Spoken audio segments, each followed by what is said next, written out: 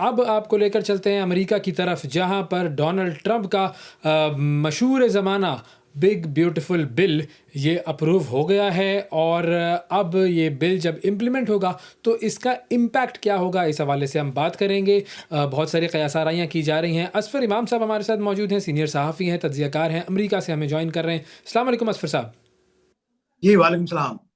بہت شکریہ اصفر صاحب، آپ نے پروگرام کے لیے وقت نکالا۔ سب سے پہلے میں چاہوں گا کہ اگر آپ ہمیں تھوڑا سا بتا سکیں کہ یہ جس بل کو ڈونلڈ ٹرمپ بگ بیوٹیفل بل کہہ رہا ہے، یہ اتنا بیوٹیفل تو ہے نہیں، اس بل میں آخر لکھا کیا ہے؟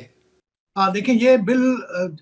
صدر ٹرمپ کے جو اپنا ایجنڈا ہے ان کا، جو اس ایجنڈے کی تکمیل میں کے لیے بہت ان کے لیے مددگار ہوگا، اسی لیے وہ اسے بیوٹیفل بل کہہ رہے ہیں۔ اور ان کا جو ایجنڈا ہے امیگرینٹس کو کے خلاف کارروائی کرنا، ان کو بڑی تعداد میں ڈپورٹیشن کرنا، اس کے علاوہ یہ سیکیورٹی کے لیے اور سیکیورٹی کے نام پہ جو بارڈرز کو سیل کرنا، اس کے لیے وافر وسائل ان کو ملیں گے۔ اور اس کے علاوہ ان کا یہ پلان یہ تھا کہ گورنمنٹ کے جو ادارے ہیں اس میں کٹ کیا جائے، وہ انہوں نے کیا ہے بڑے پیمانے پہ۔ اس بل کے نتیجے میں وہ بھی ان کو آسانی ہوگی اور وہ مزید اس پہ کر سکیں گے۔ دوسری طرف جو ایکسپینڈیچر ہے ہیلتھ سے ریلیٹڈ اور جو امداد لوگوں کو ملتی ہے، یہاں کوئی امریکہ میں کوئی 11 ملین، کوئی 1.10 کروڑ کے قریب لوگ جو ہے وہ میڈیکیڈ پہ اور میڈیکیڈ اور میڈیکیئر پہ پال رہے ہوتے ہیں، جو ان کی آمدنی کم ہوتی ہے ان کے لیے، وہ اس میں کٹوتی کی جائے گی۔ ظاہر ہے اس کا نتیجہ یہ ہوگا کہ بہت بڑے پیمانے پہ لوگ علاج کی سہولتوں سے محروم ہوں گے، اور ساتھ ہی کم آمدنی کے لوگ جو ہے ان کو جو گروسری کے لیے جو امداد ملتی تھی وہ نہیں مل سکے گی۔ اس کا نتیجہ ظاہر ہے اس کے کیا ہوگا، لوگ سڑکوں پہ آئیں گے اور لوگ ان کے اندر غربت میں اضافہ ہوگا۔ لیکن ساتھ ساتھ اس بل میں اپنے وعدے کے مطابق ٹرمپ جو ہے اس بل کے ذریعے وہ جو بجٹ میں کٹوتی کر سکیں گے، یعنی یہ جو دولت مند طبقہ ہے، جو بہت زیادہ جن کو بجٹ میں سبسڈیز ملتی ہیں، ان کو بجٹ میں مزید ان کو سبسڈیز مل سکیں گی، ان کی بجٹ ان کی جو ٹیکسز ہیں ان میں کٹوتی کی جائے گی۔ تو یہ بھی ان کا ایک ایجنڈا تھا جس کے تحت جو انہوں نے اس کے اپنے وعدے کیے تھے۔ اور ان کا یہ خیال ہے کہ جو صنعت کاروں کو، تاجروں کو زیادہ سے زیادہ سہولت دی جائے، زیادہ سے زیادہ چھوٹ دی جائے، تو اس طرح روزگار کے مواقع ملتے ہیں اور لوگوں کو کام کرنے کا موقع ملتا ہے۔ ان کا یہ بھی خیال ہے کہ جن لوگوں کو امداد دی جاتی ہے وہ ہرڈ حرام ہو جاتے ہیں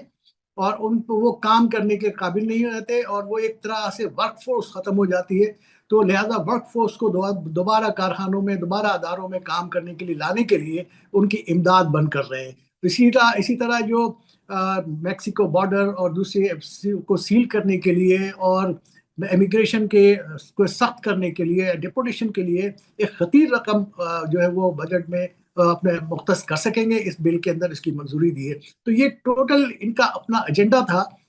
اس کے مطابق یہ بل منظور کرائی ہے۔ اور آپ کو پتہ ہے کہ کن حالات میں منظور کرائی ہے۔ اس وقت جو کانگریس میں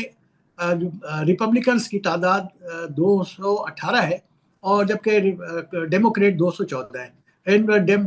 تمام کے تمام ریپبلکنز نے ووٹ دیے سوائے 2 اراکین کے، باقی تمام لوگوں نے ووٹ دیا۔ اور اس سلسلے میں صدر ٹرمپ نے براہ راست بڑی زبردست مہم چلائی تھی۔ ایک اطلاعات یہ ہے کہ بہت قریبی طور پر جن لوگوں سے امکانات تھے کہ وہ اختلاف کریں گے، وہ ان کو براہ راست ان کو جس کو ضرورت پڑی ان کو دھمکایا گیا ہے، اور ان کی جو سہولتیں تھیں اس کی کٹوتی کی دھمکی دی گئی ہے۔ دوسری طرف کچھ لوگوں کو خصوصی چیزیں، انعامات سے نوازا گیا ہے، اور اس طرح پورے مینوپولیٹ کر کے اس میں اپنے من پسند نتائج حاصل کیے گئے۔ اچھا اصفر صاحب، یہ بتائیے گا کہ اب جب یہ بل جو ہے وہ امپلیمنٹ ہو جائے گا تو اس کا امپیکٹ کیا ہوگا؟ ظاہر ہے جیسے آپ کہہ رہے ہیں کہ جی جو بڑے بزنس مین ہیں ان کو تو فائدہ ہوگا، تو ٹھیک ہے، اکانومی امریکہ کی بہتر ہوگی، لیکن جہاں آپ کہہ رہے ہیں کہ جی میڈیکل ایڈ ختم ہو جائے گی تو یہ بہت سارے لوگوں کے لیے بہت بڑا مسئلہ ہوگا۔ تو اوور آل اس کا امپیکٹ کیا ہوگا؟ دیکھیں، یہ امریکہ میں علاج جو ہے بہت مہنگا ہے، اور جن لوگوں کے پاس انشورنس ہوتی ہے وہ گورنمنٹ کی طرف سے بہت سارے پریمیئرز ادا کی جاتی ہے، لیکن عام لوگ، اس کے علاوہ عام لوگ بھی اس میں اپنا حصہ ڈالتے ہیں، اور خاصی بڑی رقم جو ہے وہ علاج کے اوپر خرچ ہوتا ہے، کافی مہنگا ہے۔ اسی لیے جو کم آمدن کے لوگ ہیں ان کو یہ سہولت دی گئی تھی کہ ان کو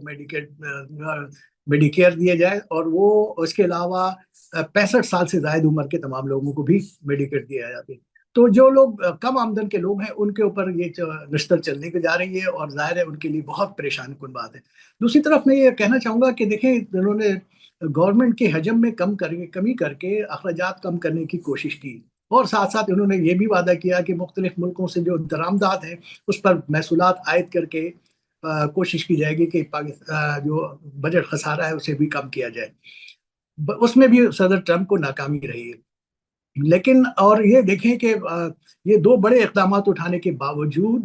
ابھی تک اس بجٹ کے بعد اس بل کے ساتھ انہوں نے یہ امیگریشن کے جو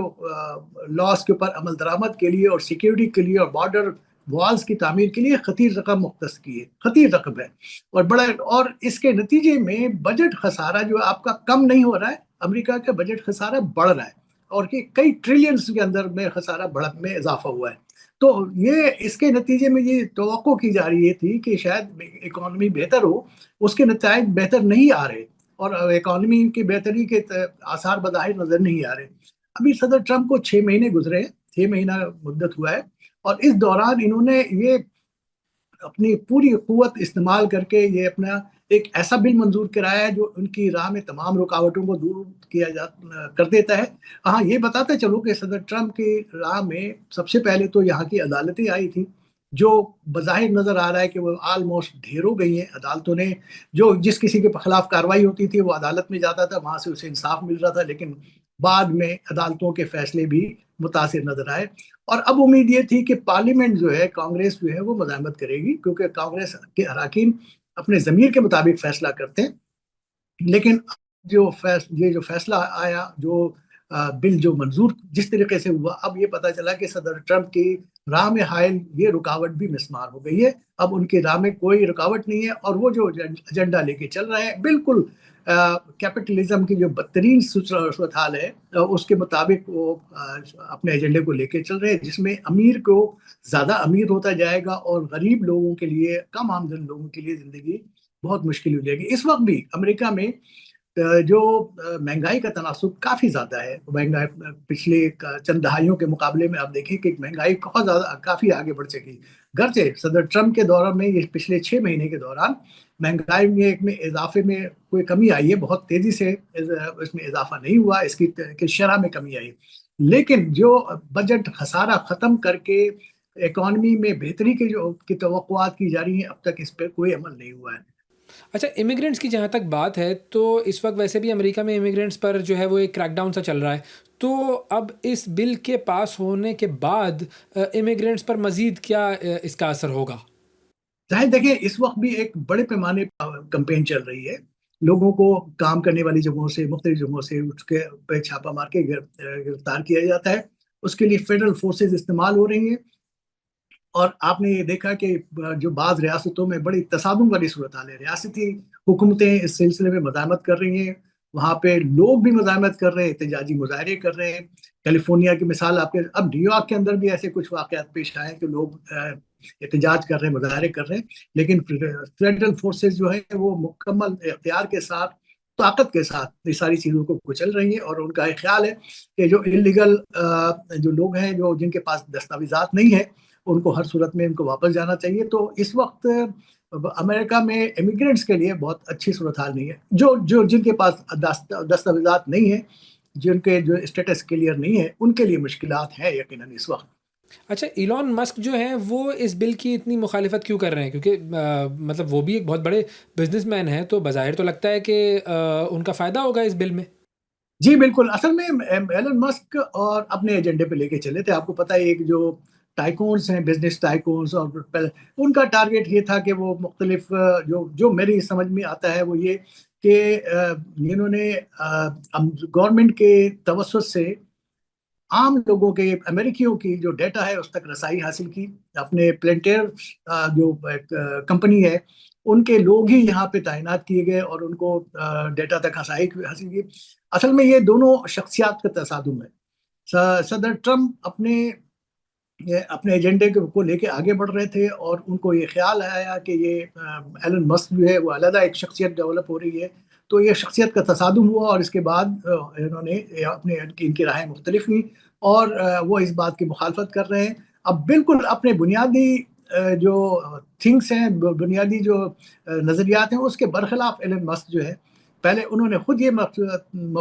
وہ تجویز پیش کی تھی کہ حکومت کے حجم میں کمی کر کے اور وہ اپنے اخراجات کو کم کیا جائے، لیکن اس کے نتیجے میں آپ کی حکومت کی حجم میں کمی تو ضرور ہوتی ہے، لیکن ساتھ ساتھ اس کی پرفارمنس، اس کی کارکردگی بھی متاثر ہوتی ہے، اور اس کے نتائج آپ آتے ہوئے دیکھتے رہیں گے۔ ابھی دیکھیں اس وقت جو وفاقی ادارے ہیں جو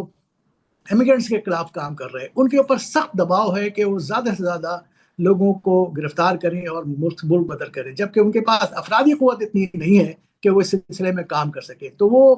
ان کو صدر ٹرمپ نے ٹارگٹ دیا ہے کہ اپنی جو اس وقت کے جو فیگرز ہیں اس کو کم از کم 2 گنا یا 3 گنا آگے بڑھائے، جبکہ ان کے پاس افرادی قوت ایسی نہیں ہے۔ تو اس کا نتیجہ کیا ہوگا؟ اس کا نتیجہ اس پریشر میں یہ ہوگا کہ ارریگولیٹی ہوگی، جو قانون سے ہٹ کر اقدامات کیے جائیں گے اور اس کے واقعات بڑھیں گے، اور ایسے جب پریشر میں جب کام کیا جائے تو اس کے نتیجے میں یہی ہوتا ہے کہ جو غلط لوگ جن کے جو ذمہ دار نہیں ہوتے، بے قصور لوگ بھی اس کی چکی میں پھنستے ہیں۔ تو یہ اس طرح کے واقعات ہوں گے، اور اس کے نتیجے میں امریکہ کے اندر، اس معاشرے کے اندر کوئی اچھے صورتحال پیدا نہیں ہوگی، ایک ہیجانی کیفیت پیدا ہوگی۔ اچھا، ایلون مسک نے یہ بھی اعلان کیا ہے کہ وہ امریکہ میں ایک نئی سیاسی جماعت بنائیں گے، یہ کتنا پاسبل ہے؟ اور وہ جو نئی جماعت ہوگی وہ کچھ کر بھی پائے گی یا نہیں؟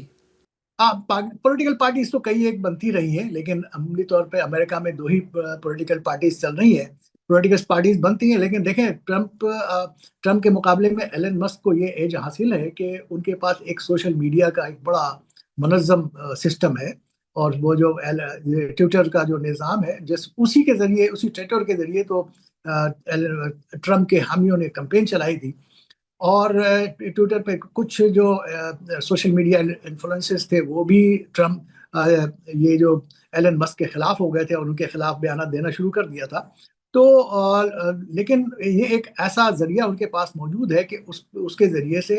اپنی وہ ایک پارٹی اگر وہ بناتے ہیں تو اس میں اس کو عوام تک متعارف کرا سکیں گے، لیکن پوری ایک ٹیم ہے، پوری ایک نظریاتی اپروچ ہے، وہ یعنی منظم ہونے میں کافی ٹائم لگے گا۔ ویسے بھی ایلن مسک کا تاثر یہ ہے کہ وہ اپنی راہیں بہت تیزی سے بدل دیتے ہیں۔